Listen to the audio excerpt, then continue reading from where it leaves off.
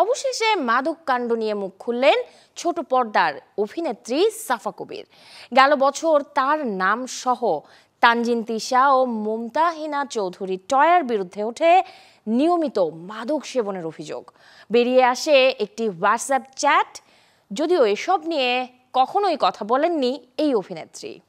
সম্প্রতি এক সাক্ষাৎকারে সাফা কবির জানান, এমন খবর প্রকাশ্যে আসার পর তার কর্মজীবনে ব্যাপক নেতিবাচক প্রভাব পড়েছিল।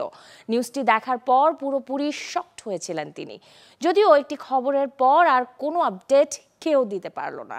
৩-৪টা মিডিয়ার মেয়েকে নিয়ে যারা নিউজটা করলো তারা একটি বার চিন্তা করলো না যে এই মেয়েগুলোর লাইফের কি হবে।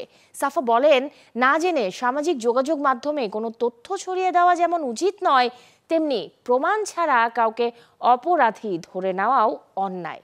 এমনিতেই মিডিয়াকে মানুষ ভালো চোখে দেখে না। এই ধরনের খবরের কারণে মা বাবাদের মনে ধারণা জন্মায় তাদের সন্তানেরা এখানে সুরক্ষিত না। আর তাই নেতিবাচক সংবাদ প্রচারের আগে সবাইকে দুবার ভাবা উচিত।